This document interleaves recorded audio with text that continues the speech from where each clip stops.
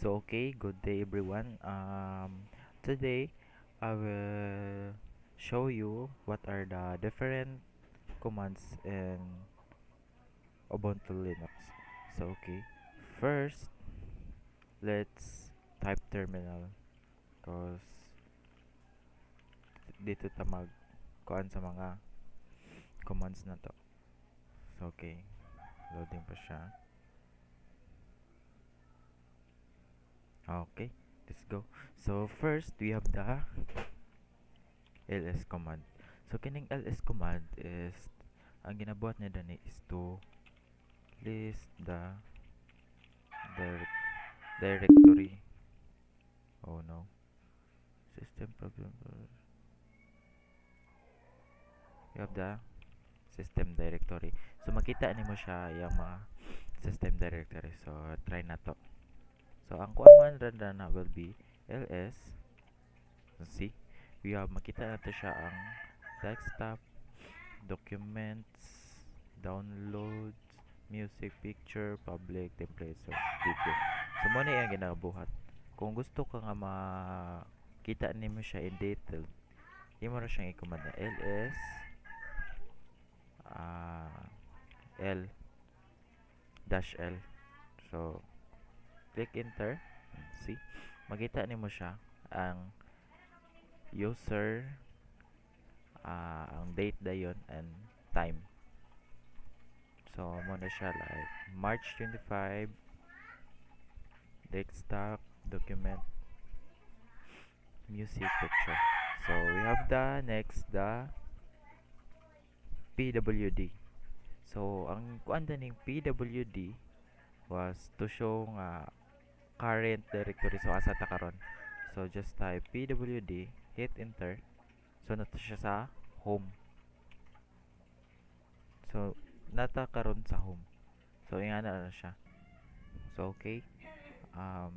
The next command will be the cd. So cd stands for change directory. So let's try this.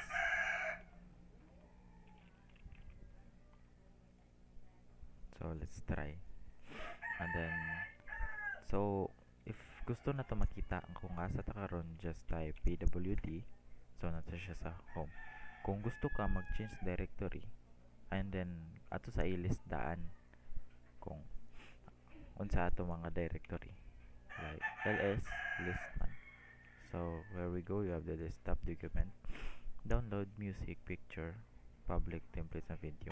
So okay, kung mag-change type directory, just type cd, and then kung asa ta nga directory, example gusto ko ma-ato desktop, so just type desktop, and then click and hit enter. So okay, as you can see, nanatay desktop kining blue. So means nanata sa desktop. So okay, if gusto ta mag-create og file, create og file sa desktop, just natay command nga touch file. So kini siyang touch file is mag-create og file kung asa ta karon nga directory. So just click enter. So nana siya file, katong file na to. Kay once mo yun kag touch is mo nang mag-create ka, kan mo nang command na maka-create ka, tas file imong name sa imong file. So akong gibutang is touch file. So mo na siya. And then kung gusto ka mag-write or sulatan nimo imong file, so just natay command na cat greater than file. O sige, magbutang ta create og daan of file 2. File 2 lang ta. So we just hit enter. So as you can see, nanatay file 2 sa atong desktop, makita man. So kung gusto sa atong ibutang, example magbutang ta og hello world, and then to save this just hit Control Z. See, na create na nato siya sa makita na nato na na-save na siya. So kung gusto na nato makita kung unsa ang sulod sa cut file to ay sa file to, so just type na command cut file to. So see, makita na mo nga naka-type ta og hello world. So ingana ra na siya. And then kung gusto ka na idugang dana nga file, kung nakaidugang dana nga or imo edit kibali, ato rang buhaton dana ang command will be cut duha ka greater than, and then sa file nga unsay imong gusto nga i-edit.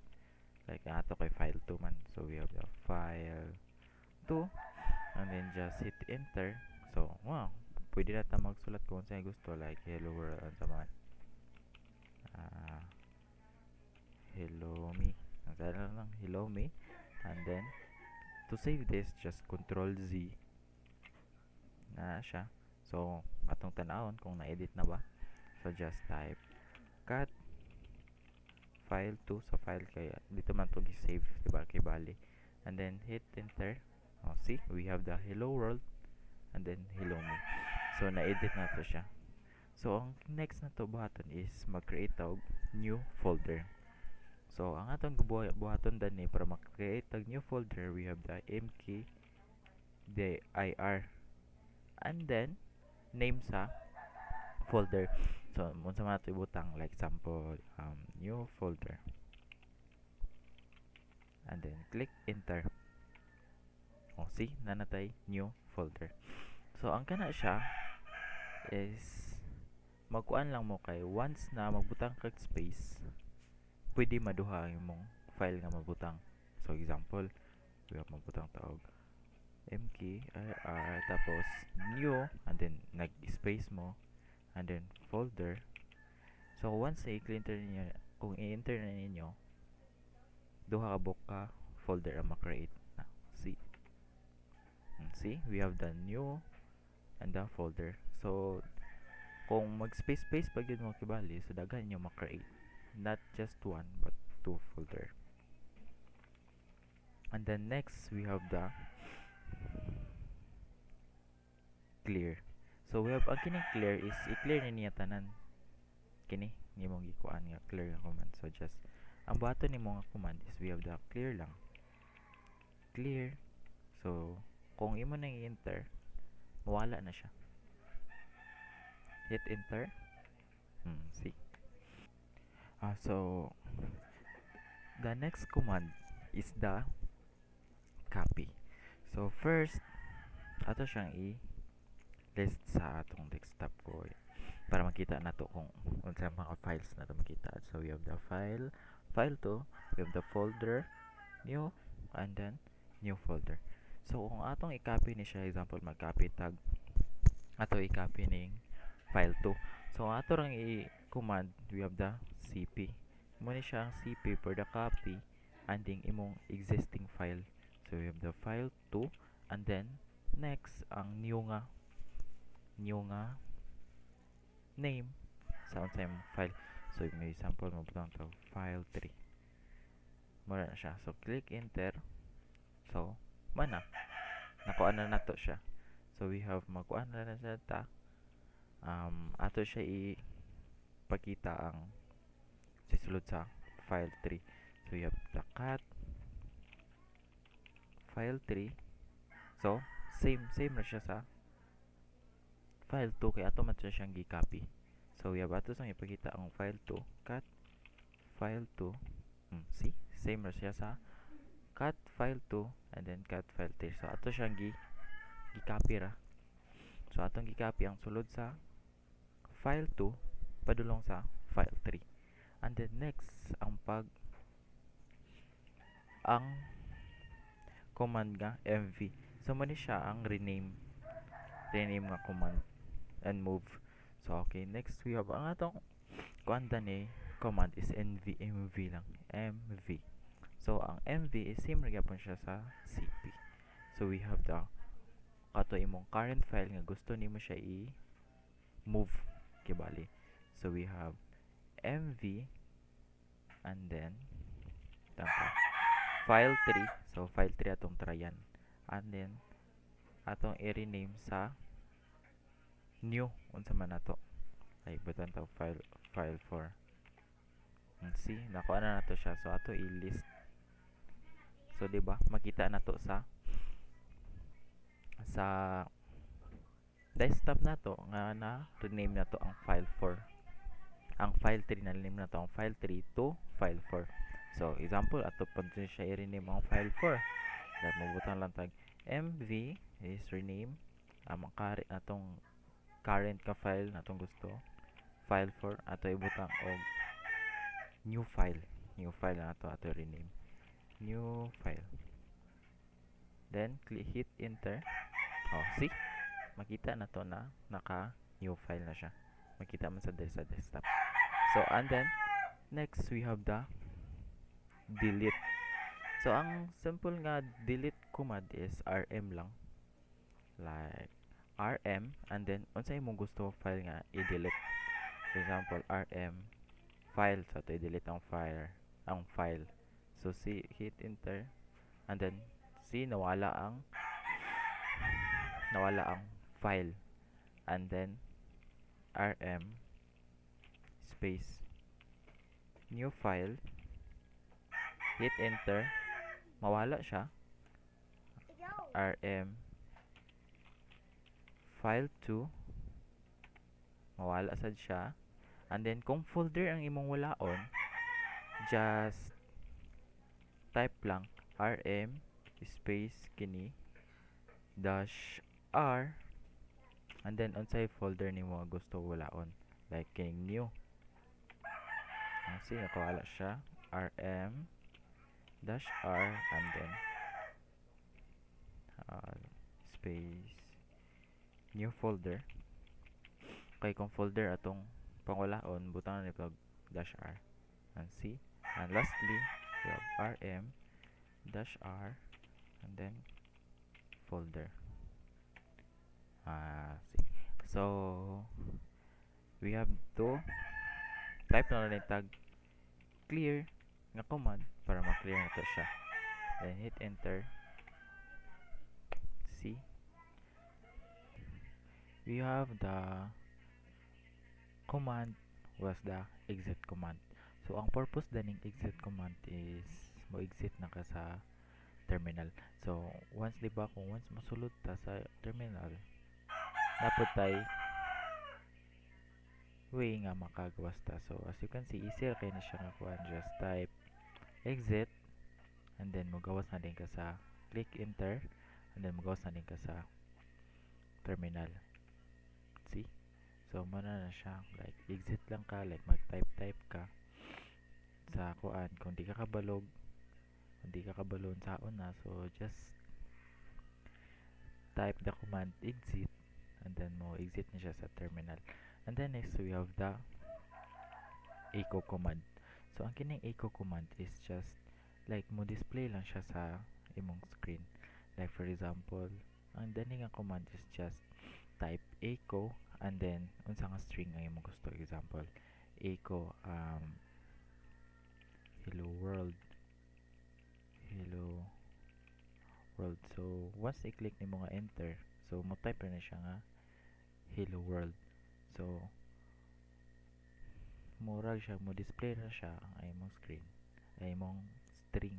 So example, echo and then just quote lang nato cat. So murag gyapon siya, same gyapon siya, pero yan na lang din siya. So kini din siya kung gusto ko mo exit din ang terminal, just type na din ka exit and then enter. See, maka-exit na sa terminal. And then next we have the type na command, kining type. So as you can see, kining type is more rin siyang command nga mo show sa imong commands type and location. So as you can see, ang kinitry mo siyang buhaton, just type. So muna siya, type is a shell button. So muna na siya. And then kung makita ka niyo mo yung list, just type ls para sa list cd bash then cut. So mo na siya, makita na mo ang iyang location. So ls is alliance to ls alias color auto and then and then we have pwede na to siya um, that. So exit, kung pwede na rin ka ma-exit na just type exit na yung yapon. See, and then next we have the cut. Ang cut is makuha siya sa list contents of the file, ipalist niya ang content sa file nimo. So ang kini siya nga code terminal. So kini siya nga code or command command. So we have the imo siya i-type was cat dot bash underscore logout. So ma-display niyo siya ang iyang mga list of contents. See, so man siya that bash logout execute by bash1 when login shall exit. So man na siya yung makita sa imong screen na when leaving a console privacy increase blah blah blah, that one. And then just exit lang din ka, type exit na sa si command, si exit na din ka. And then next we have the passwd.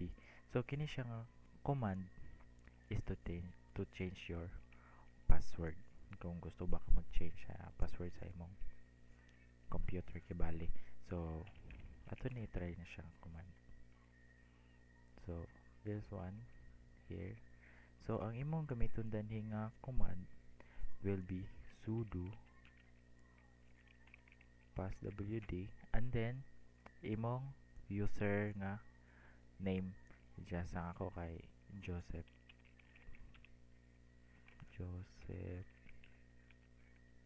Pon. So then here just click enter. So mangayo din siya sa imong password. So imong i-type is katong password nimo. Like ako i-type ang password.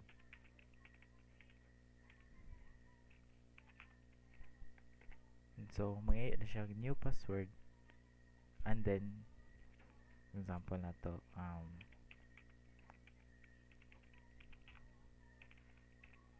enter and then retype your new password na dayon ka.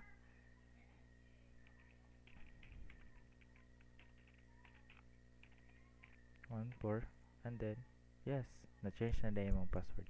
So ay mo na dayon password karon is kato na imong successful na password na nimo. So just type enter, exit. And lastly we have the free the /h. So kini siya is makita nimo imong mga memory, summary sa imong memory. So simple ra kay na siya nga command. So imo ra ibutang nga command is free /h. So kini siya is makita na nimo imong mga memory na just enter lang dayon. So diba see, so we have the total of 1.5 GI. Ang used is 756. The shared available. So magi-display nimo yung mong memory sa imong computer. And type exit lang dayon if wala na. See, and that would be all. Thank you.